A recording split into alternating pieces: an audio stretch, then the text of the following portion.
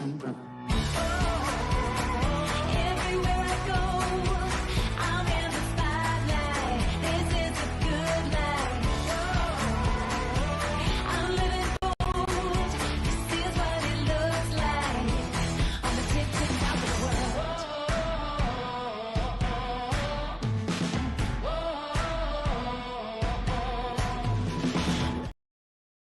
it feel like there's a lot happening in maritime all at the same time?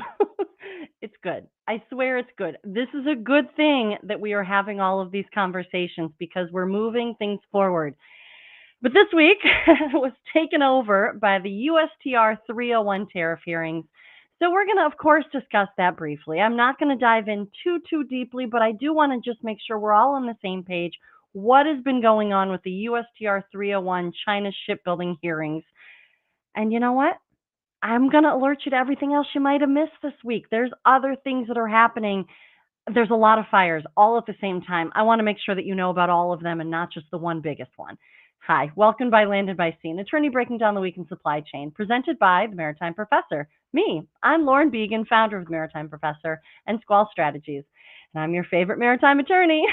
Join me every week as we walk through both ocean transport and surface transport topics in the wild world of supply chain. As always, the guidance here is general and for educational purposes only. It should not be construed to be legal advice, and there is no attorney-client privilege created by this video or this podcast. If you need an attorney, contact an attorney.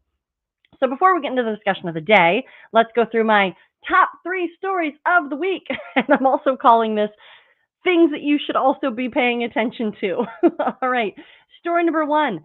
This would be the top thing we'd be talking about if it weren't for the USTR 301 hearings, and that is Brent Sadler has been nominated to be the new Maritime Administrator.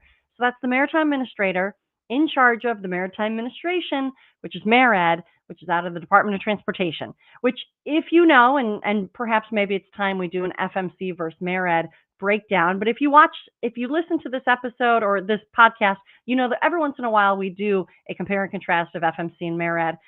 We talk often about FMC. It's a different agency than MARAD. MARAD is the promotional arm. They promote the U.S. flag fleet.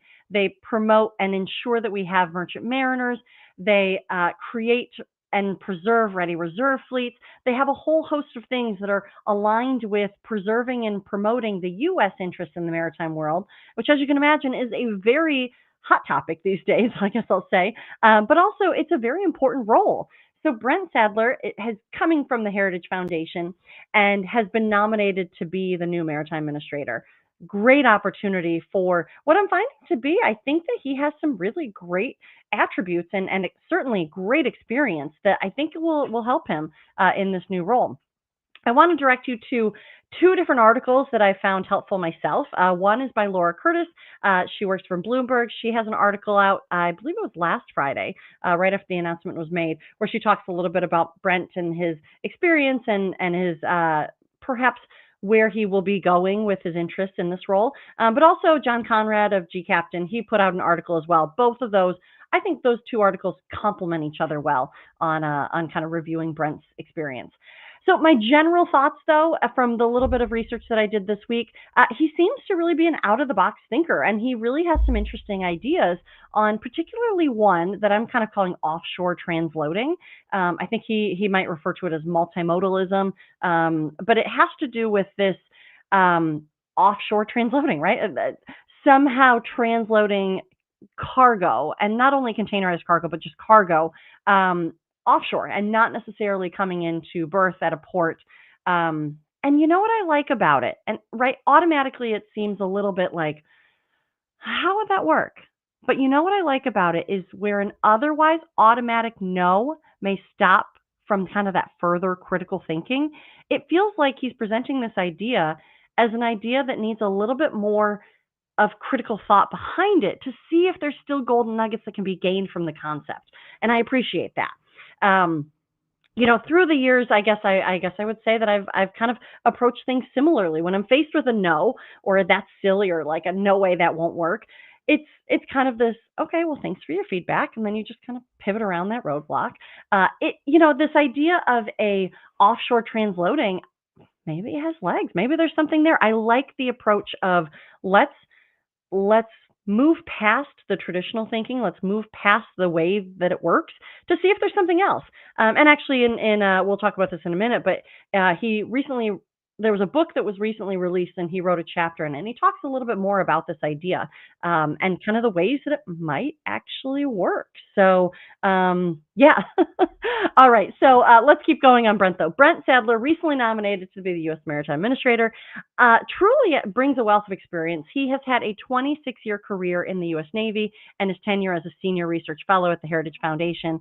So what I found on his positions on the Jones Act, so the Heritage Foundation, where he works, he's been a senior research fellow there. Historically, the Heritage Foundation has been, I don't want to say categorically opposed to the Jones Act, but perhaps critical.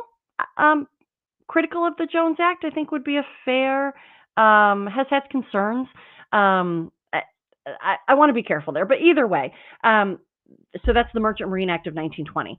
And that mandates essentially, this is an oversimplification, but essentially that goods transported between U.S. ports need to be carried on ships that are either U.S. that are U.S. built, U.S. owned, and U.S. crewed. But it seems like Brent's stance might be a little bit more nuanced. In his 2024 report, Ensuring America's Maritime Security, he acknowledged that the Jones Act intent to bolster the U.S. maritime industry, but he notes that inadequacies in achieving this goal, right? So he it seems like he kind of likes the intent to bolster the U.S. maritime industry. That's something that I think he seems to believe very strongly in, but that there's some inadequacy, like I said. He suggests that while the act has not fully met its objectives, a wholesale repeal would perhaps supplementary measures, without those supplementary measures, could be counterproductive.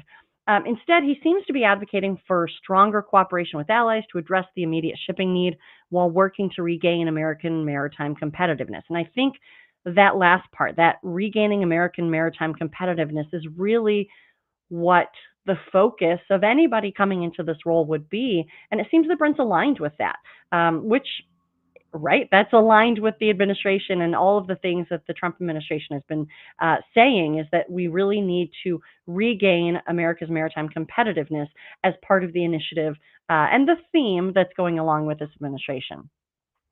And in the Ensuring America's Maritime Security article, he also identifies geospoofing as a major concern.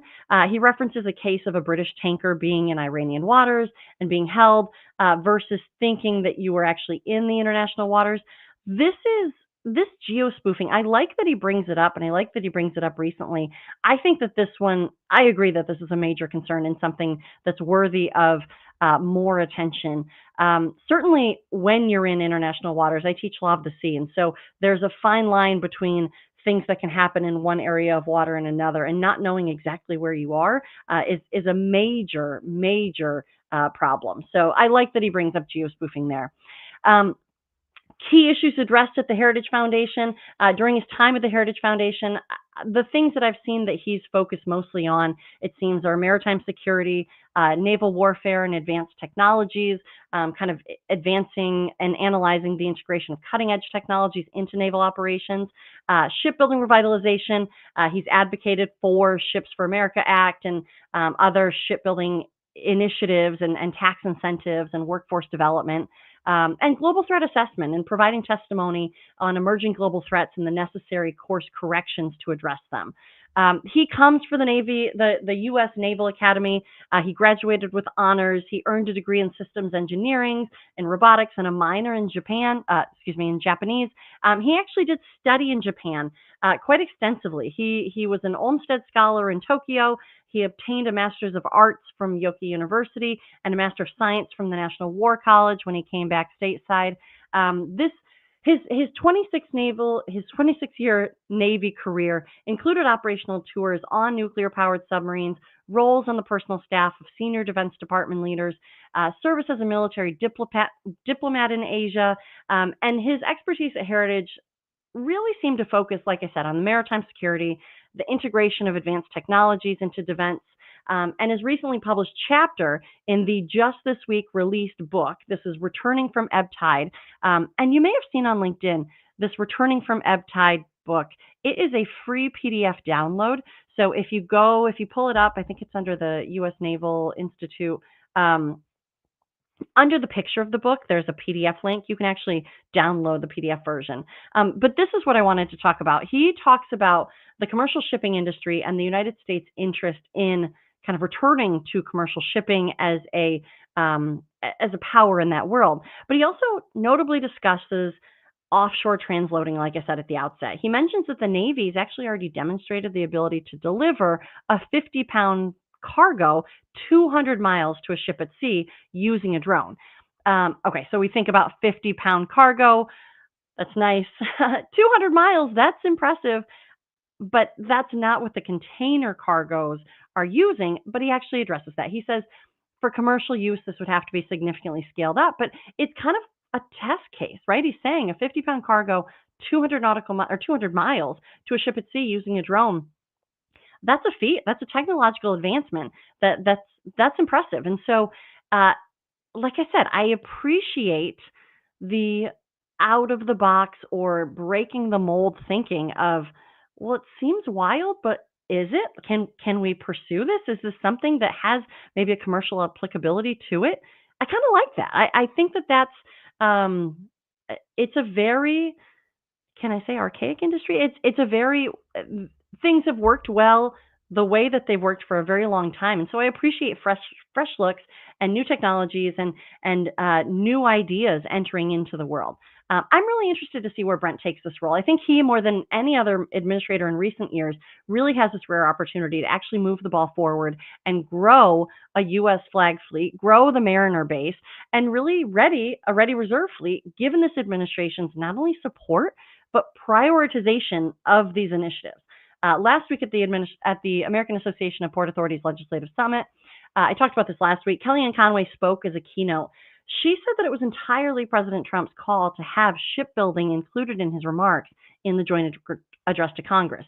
So what happens is he's given a whole list of topics that could be included in his final remarks, and he suggestive of what gets included, but he has final say over what's included. And not only was shipbuilding not taken out, it was obviously included. And the standing up of a shipbuilding office was included. So I think that this is really cool. I think that this is something that there's a real opportunity for Brent to make big moves in this industry, and he's got a really great list of experience. I know that we've heard from some people already this week saying that it would be nice if we had a little bit more of a merchant mariner perspective, but we still don't have a deputy. Maybe we'll have a deputy of somebody who's coming from the merchant mariner side of things to help support this role. I think this is cool. I'm excited to see where Brent takes it. I think that his experience, his knowledge is vast. He comes ready to get to work. It feels so. I'm excited to see where he takes this, and I'm going to be watching with interest and excitement to see where we go, because we've needed a leader in this role, and now we have one, and so let's get to work. All right, story number 2. A few updates on the petition. So we've talked about the FMC's final rules. We had the detention demurrage billing practices rule that has a petition filed against it, and we also have the unreasonable refusal to deal or negotiate that has a petition against it. Not much has happened in a while there, but I wanted to bring it back around just to bring it top of mind. We're getting closer to when we might be having some movement on these two petitions. So as you know, if you listen to this podcast, but if you're not aware, so the detention demurrage billing practices rule, the final rule, came out last May. So we've had it almost for a full year now, and it has a petition filed against it for essentially going too far, right? There's a few different things that are it's a petition against the final rule to really kind of review some of the things that are within the rule, but hinged on this exceeding authority, arbitrary and capricious, some of these thresholds. But what I see as the main issue here is that direct contractual relationship for motor carriers and the inability through the rule to directly bill motor carriers for detention demurrage, as it was the World Shipping Council who filed this petition. And this is an oversimplification. This summary is not intended to be an overview summary of what's actually happening, but that's the rule, right? It's the detention demurrage, fine, and billing practices. There's that direct contractual relationship that is a new tenet of this rule. but the direct contractual relationship does not extend to motor carriers, as the FMC explains, and the World Shipping Council has taken issue with that in the form of this petition. We had the American Trucking Association, AgTC, Association of Bi-State Motor Carriers, a whole slew of trucking associations join into this as filing a joint amicus curiae brief. So a non-party friend of the court, they offered information, expertise, general insight to the court on the matter.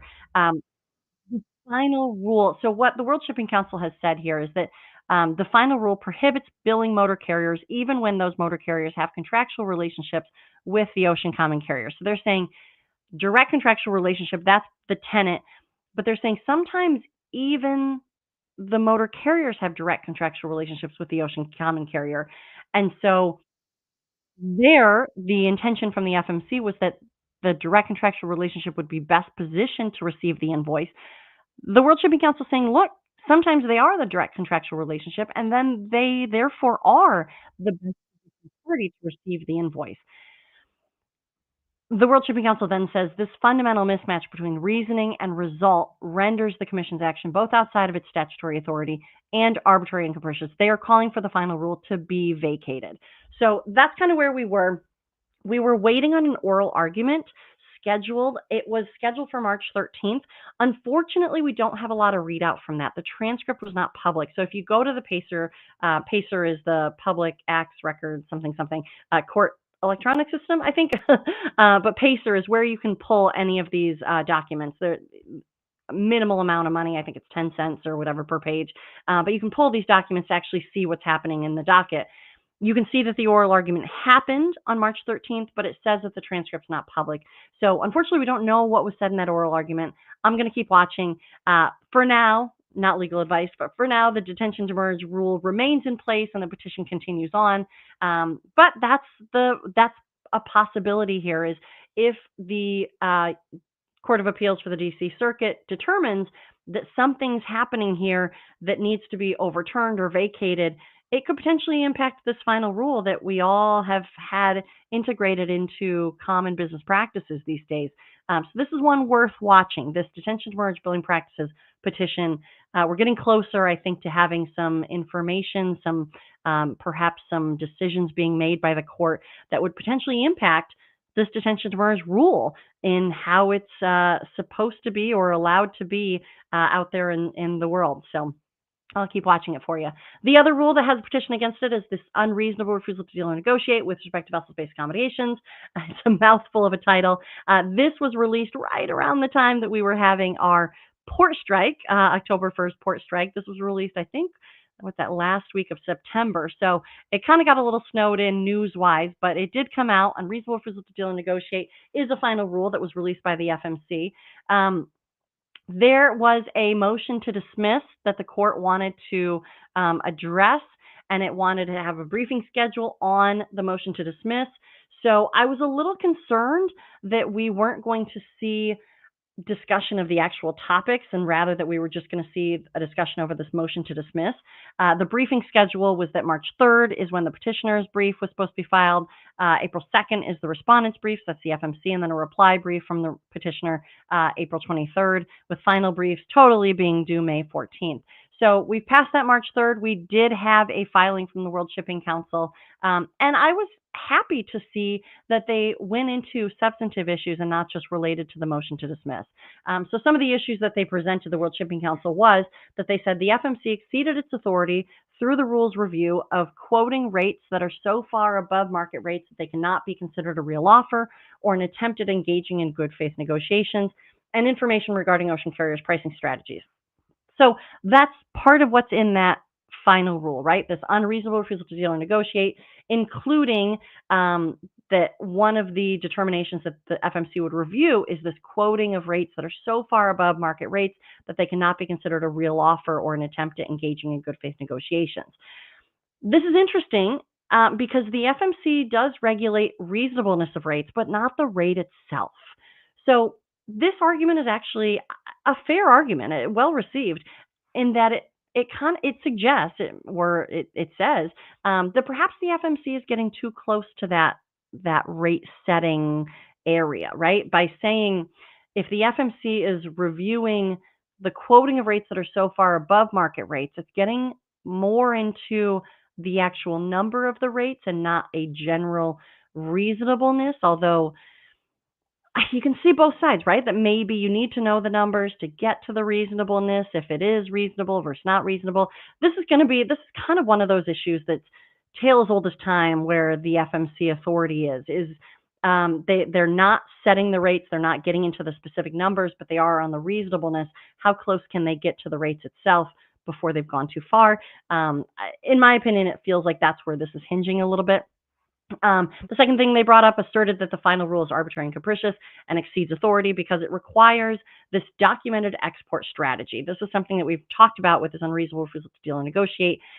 This documented export strategy. I've been weary of this documented export strategy, mostly because I wanted to see the discussion and the justification. And I think that a petition against the final rule with a documented export strategy was probably not surprising. This is a little bit of a departure from normal, I guess I would say. The way that the FMC typically moves, requiring this documented export strategy. The argument from World Shipping Council says it fails to provide meaningful guidance on what should be included in such a policy or how it would be used in evaluation of reasonableness. And I think I agree with that. I think I would just like to see a little bit more of a justification on this documented export strategy and a little bit more of a discussion there. So hopefully that'll be in the filing from the FMC in just next week. And then the last thing that they said, and this is, like I said, kind of a summary of the things that they presented, the World Shipping Council, in their petition, or in their filing, their brief that they just filed. They said, and the FMC departs from past commission precedent without justification by removing business decision as express factors to be considered in reasonableness analysis. I've always taken a little personal issue with the documented export strategy, like I said. Not entirely, but I just wanted a little bit more justification. I always thought that ultimately that is what a petition filed against this rule would probably have, right? The strongest argument against. This is just one side of the coin.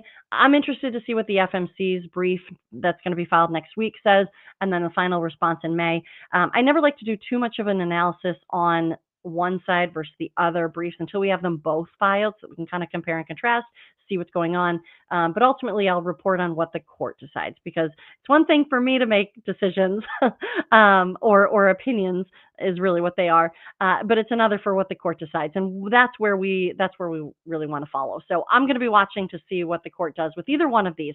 The oral arguments, if we get any sort of information out of the Court of Appeals for the DC Circuit on the oral arguments on the detention demurrage billing requirements or on this unreasonable refusal to deal and negotiate. We just have one side. Next week, we'll get the other filing from the FMC. We'll see if they respond to the motion to dismiss or if they go for this more substantive discussion like the World Shipping Council did in their filing, and then a final response in May. All right, story number 3. Did you miss my webinar yesterday?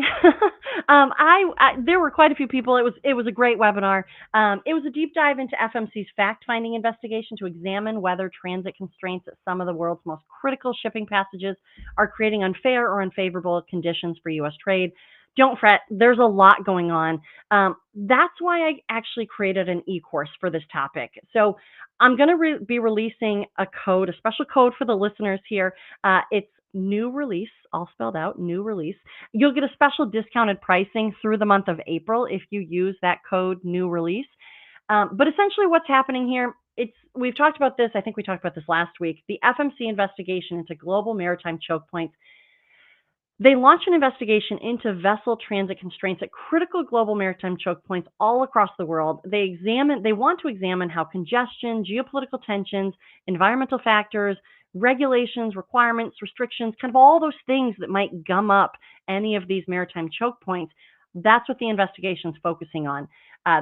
It's focusing on high traffic trade routes such as the Suez Canal, the Panama Canal, the Malacca Strait, the English Channel, the Singapore Strait. I mean, it's all over. There's 7 different outlined Northern Sea Route, 7 different outlined areas where delays and bottlenecks could pose or have posed significant risks to global trade. What the FMC wants to get to know is, initially, I say that this investigation is benign on its face. Of course, there's geopolitics involved in probably every one of these areas, but I would consider this to be an honest review of all of these maritime choke points. They want to know, are any of the restrictions in these areas, whether they're environmental related or if they're otherwise regulatory, maybe it's a pilot, maybe it's surcharges, maybe it's an icebreaker requirement, whatever those requirements in these areas are. I think what the FMC is really going to look at here is,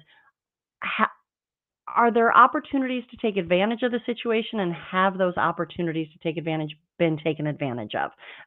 So to the tune of, is this unfavorable shipping conditions that have been created in these areas, unfavorable shipping conditions?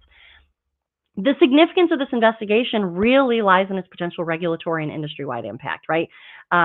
These choke points serve as vital arteries for global commerce. Disruptions can lead to cascading effects on supply chain, shipping costs, market stability, and that's why the FMC has decided to undertake this investigation. But the FMC's findings, should they find unfair or unfavorable shipping conditions, could result in corrective actions that's pretty significant. The FMC could include a $1 million per voyage as a corrective action for if they find a particular uh, common carrier, vessel owner, vessel operator, even if it's related to a country. It could assess those $1 million per voyage against vessels attached to that country. They could also turn away vessels of a certain flag, right? And that's where the Panama Canal becomes really interesting as part of this conversation. Initially, you might look at this investigation and say, okay, well, this is a Panama investigation plus a few. I wouldn't say that. I don't think that this is a Panama plus a few. I think that they are honestly looking at each and every one of these 7 choke points, but then also they've opened it up to, if other things happen, maybe there are other areas that they should take a look at to make sure that the free flow of good continues. And that's really the heart of what the FMC is looking at here, is the free flow of goods continuing to move across the world for the benefit of the U.S. importer, exporter, and consumer. That's their mission. They could also restrict, here's some other things that they could do as corrective action. They could restrict the ability to file agreements with the FMC, which might include vessel sharing agreements. Those are the alliances that are out there. If somehow something's connected to one of the alliance members, or to a country that's connected to an alliance member, it could have an impact there. Or service contracts that are anything that's kind of filed with the FMC. The FMC scope here of action is really significant. And look, while much of the industry's attention has been on tariffs and broader trade disputes, the investigation highlights a critical yet often overlooked factor in supply chain disruptions. Understanding these choke points and the FMC's role is essential for everybody. And I know that there's a lot going on here, but this investigation is a big deal, and I can't say it enough. You don't want to find yourself in a position where the comments are due by May 13th. If you have cargo that moves through these areas, or if you have vessels that move through these areas, and it's not necessarily only containerized cargo, there's a lot of indications in this investigation that talk about not just liner shipping. They talk about bulk. They talk about wanting to hear from bulk carriers and tramp operations and other areas of the supply chain that are not just the otherwise typical FMC liner shipping world. So take a look. This is important. There's 6 questions that are outlined on what the FMC is looking for, but really they just want to start that conversation. They want to have those conversations with anybody who uses these routes or could be impacted by these routes being taken advantage of, or some sort of unfavorable shipping condition. All right, let's get into the meat and potatoes of the day. And again, I could talk about Section 301 forever. I'm not going to. We're just going to do high-level topics today. Just want you to be briefed on what's happening, what happened this week, and perhaps what's coming next. So I haven't talked much about the USTR 301 China shipbuilding hearings much. I did review it last spring, I think it was. Oh gosh, a year now. But that was when there were 2 USTR investigations kind of happening at the same time. One that was potentially impacting cranes, ship-to-shore cranes. Remember, there was a lot of talk about potentially having a 25% tariff associated with a ship-to-shore crane that would have been for last year. And then there was also this second investigation that we were kind of paying attention to, but not significantly, I guess I would say. We were paying attention to it, but it was based on the China shipbuilding. And so It's this shipbuilding one. That's the one that's being talked about today or this week. I want to give you an update on what's happening, particularly since it really dominated the maritime news this week. So, Section 301 of the Trade Act of 1974, that's what we're talking about. When we talk about USTR Section 301 investigations, it's this Trade Act. It's the section of the Trade Act of 1974 that empowers the United States Trade Representative, USTR, to investigate and respond to foreign countries' unfair trade practices. So it almost kind of feels similar to this FMC authority of the Foreign Shipping Practices Act and the Section 19 of the Merchant Marine Act of 1920, right? That there it's an unfavorable shipping condition. Here it's an unfair trade practice. But in this case, the focus is on China's actions in the maritime, logistics, and shipbuilding sectors. So it was initiated on March 12th, 2024. Again, like I said, we talked about it about a year ago. Petitioners filed a Section 301 petition, and on April 17th, the USTR initiated this investigation into China's acts, policies, and practices targeting these sectors for dominance. What I want to highlight here is last year, 2024, was a different administration. It doesn't really matter other than this investigation is not necessarily a weaponization of this USTR. I've heard weaponization of agencies kind of all throughout, and I don't want to get into the politics of any of this, but the USTR, the Section 301, started, and the investigation itself was determined under the Biden administration. And now here we are a year later. It's that corrective action is what we're talking about that is happening under the Trump administration. March 12th was when it was filed. April 17th is when the actual investigation was initiated.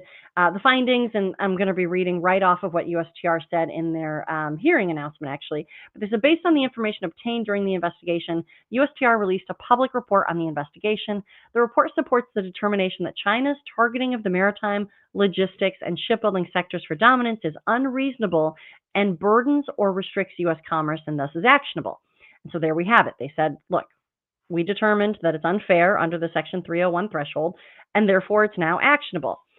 Senate continues to say, China's targeting of these sectors for dominance has undercut competition and taken market share with dramatic effect, raising China's shipbuilding market share from less than 5% of global tonnage in 1999 to over 50% in 2023, increasing China's ownership of the commercial world fleet to over 19% as of January 2024, and controlling production of 95% of shipping containers and 86% of the world's supply of intermodal chassis, among other components and products. And actually, here's a little nod to the FMC. It was an FMC report done by then Commissioner Carl Bensel, who reviewed the production of the shipping containers and the world supply of the intermodal chassis. He did a whole report, so you can actually go look at that in more detail on what he found. But that was part of it, right? The 95% of shipping containers and 86% of the world's supply of intermodal chassis. So here's where it gets really contentious, and here's where you got a lot of attention, is that in February, so just last month, the USTR proposed measures, including imposing fees of up to $1.5 million on Chinese-built or Chinese-flagged Chinese-flagged ships entering U.S. ports. So either Chinese-built or Chinese-flagged. It's that Chinese-built that is a big deal. And so it's unclear if it's on the Chinese-built vessel itself or having a Chinese-built vessel in your fleet. And so there are some gray areas in the proposed actions. And I think that that's what part of this week was all about, was trying to figure out the specificity that was required to either keep the proposed measures or perhaps pivot a little bit. So this week, the reason why this week was so big on this is because there were hearings scheduled. And initially it was just supposed to be one day. It was going to be March 24th. It got extended to 2 days. It was March 24th and 26th. I'm not exactly sure why they didn't have it on the 25th, why they had that pause. The other thing that's interesting, and if you listen to Sal Mercogliano's What's Going On with Shipping, he is taking big issue with this, and rightfully so. But there were over 500 comments filed for this. It was over 2 days of testimony, and there was not a video feed, or an audio feed coming out of it. And, it feels like things don't happen on accident.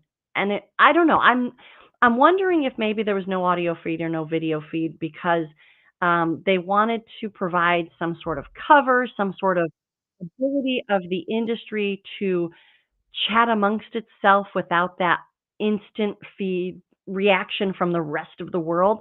I don't know. Maybe I talked about this a little bit last week, but maybe there was a purposeful intention to create a lot of noise around this hearing to get some comments, to get some feedback, to get some ideas flowing. And maybe that's why there's no audio, no video feed, but I'm not sure.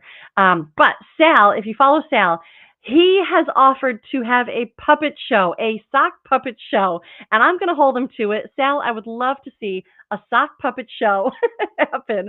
On your take, once we get the transcript, because there will be a transcript coming out. I still haven't seen it. It hasn't been posted that I know of. But we've been promised that there will be a transcript from the hearing. And once that's released, Sal, do your AI magic, create a script. And I'm sure you don't even use AI there. Create a script from the transcript, and I want to see the sock puppet show. But we'll see. So what are the implications for the maritime industry here? Look, China's dominance in shipbuilding really has grown significantly, of course. Its share of global shipbuilding capacity increasing from 5% to over 50% in 2023. The U.S. now ranks, I mean, pretty low, right? 19th, I think, is where I've seen. Building fewer than 5 ships annually, depending on what criteria you're kind of looking at. Look, the proposed fees aim to counteract China's subsidies and support for its shipbuilding industry, potentially leveling, right? The intention is to level the playing field for U.S. shipbuilders. However, as we know, we're not able to build ships at a moment's notice. I think I mentioned last week that maybe this is an opportunity for spaceships to get involved, and SpaceX can make ships go up, but if you tip them over and float them, can they be vessels? And so maybe this is an opportunity for some creative thinking, I guess is my point. Creative thinking in the shipbuilding world, where we have our traditional ships that take a while, and the more we make, the better and faster we'll get at doing that when we move that direction. But perhaps there's some opportunities for cutting edge technology, new ideas in shipbuilding, really kind of breaking that mold of traditional thinking, and kind of, again, going back to this new wave of critical thinking and creative ideas, and having the opportunity and the space to have those crazy ideas, and not necessarily crazy ideas, but these non-traditional ideas actually critically thought about, to see if there's anything there that we can pull from. But look, obviously these measures could also lead to increased shipping costs and impact to global supply chains across the board. What we saw at TPM was MSC Soren Toft saying that if the proposed fee were to be implemented the way it is now, it's likely that a lot of the ocean carriers would then limit their calls to the U.S. because it's not clear if it's going to be a call, if it's going to be per call, per route, per voyage. Those are some of the things that hopefully this week were discussed. And I know that some of the comments that were filed gave some alternative ideas to, even though the way that they were presented might be restrictive, here's how we change it a little bit to be a little bit more beneficial over here. So these Section 301s, even though there's over 500 comments filed, take a look at them, scroll through, read through them. There's some really interesting arguments for the protest. Obviously, there's a lot of potential for disruption that happens should these tariffs be implemented the way that they're being presented, where it's 1.5 million. I mean, even up to, I think, 3 to 3.5 million. It could potentially be 12 million. I mean, depending on how many calls and how it's assessed, and kind of all of these questions on how this would actually work. But the other thing is, there's a lot of suggestions throughout the comments, and I think that those are really worthy of review and intention of notice, because that's maybe where we go as an industry. Some of those good ideas that are coming from I don't like this, but here's another idea. And again, that's what I mentioned from the APA Legislative Summit. There was this feeling that from Kellyanne Conway's remarks that the administration wants ideas on how to make things better. If you don't like the way things are going, maybe there's an opportunity to have those conversations and really engage and find good ideas being pushed forward. So despite the 301 hearings this week, I'm going to go back to the FMC side for a minute here. I implore you to take some time with that FMC investigation.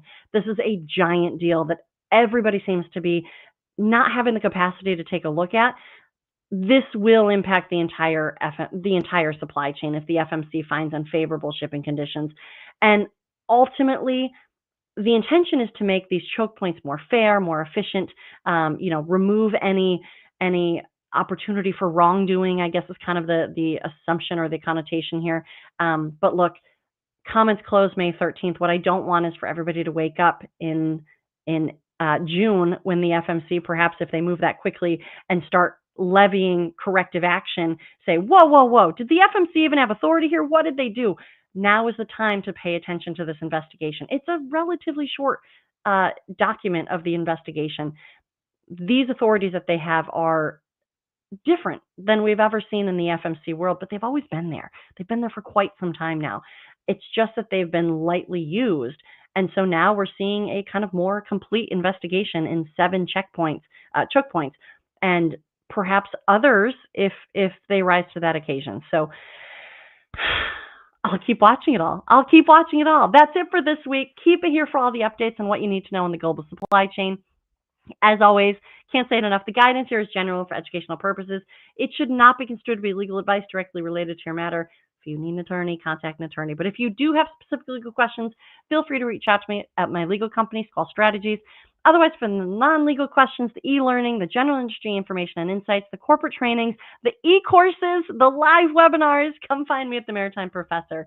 If you like these videos, let me know. Comment, like, and share. If you want to listen to these episodes on demand, or if you missed any previous episodes, check out my podcast, By Land and by Sea. If you prefer to see the video, they live my YouTube page, By Land and by Sea, presented by the Maritime Professor. While you're at it, check out the website, themaritimeprofessor.com. Until next week, this is Lauren Beegan, the Maritime Professor, and you've just listened to By Land and by Sea. See you next time.